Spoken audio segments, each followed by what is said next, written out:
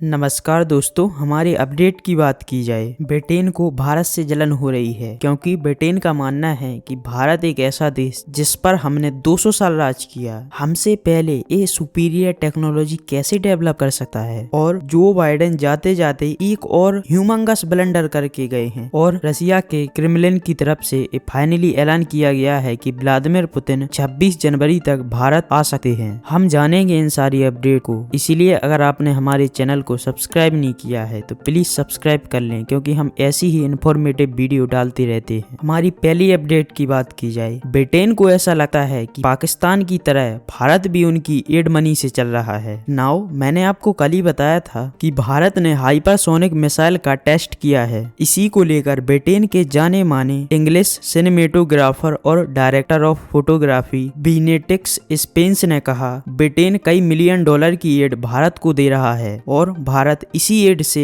Hypersonic missile की technology develop की है, जबकि ब्रिटेन के पास खुद की हाइपरसोनिक मिसाइल की कोई भी टेक्नोलॉजी नहीं है। असल में ब्रिटेन को जलन हो रही है कि भारत ऐसा देश जिस पर हमने 200 साल राज किया, आज वही देश ब्रिटेन से आगे कैसे निकल गया। हम आपको बता दें, अमेरिका, रूस, चीन के बाद भारत चौथा देश बना जिसके पास खुद की हाइपरसोनिक मिसाइल की टेक्नोलॉजी है और भारत ने टेस्ट भी की है। ब्रिटेन के जाने माने बीनेटिक्स स्पेंस के लिए आप 2 शब्द कमेंट सेक्शन में जरूर लिखिएगा। अमेरिका के राष्ट्रपति जाने से पहले अपनी लेगेसी छोड़कर जाना चाहते हैं, चाहे वो लेगेसी अच्छी हो या बुरी, लेकिन बाइडेन ने बुरी ही लेगेसी चुनी और जाते जाते एक और ब्लंडर कर दिया। जो बाइडेन ने रशिया पर हमला करने के लिए यूक्रेन को लॉन्ग रेंज मिसाइल देना शुरू कर दिया है। अब यूक्रेन रूस की बड़ी सिटीज को टारगेट कर सकेगा। हम आपको बता दें, व्लादिमीर पुतिन ने पहले ही कहा था कि अगर यूक्रेन को नाटो कंट्री ने लॉन्ग रेंज मिसाइल दी तो हम नाटो के खिलाफ युद्ध छेड़ देंगे। और इसी को लेकर बड़ी खबर निकल के आ रही है, व्लादिमीर पुतिन ने यूक्रेन पर हमला करने के लिए परमाणु हथियारों का इस्तेमाल करने की मंजूरी दे दी है। हम आपको बता दें, रूस का एक रूल था कि कोई कंट्री जिसके पास परमाणु हथियार नहीं है, हम उस पर परमाणु हथियार का इस्तेमाल नहीं करेंगे। लेकिन अगर कोई तीसरा परमाणु संपन्न कंट्री अगर रूस पर हमला करने के लिए लॉन्ग रेंज मिसाइल प्रोवाइड कराता है तो उस केस में रूस उस कंट्री पर परमाणु हमला कर सकता है।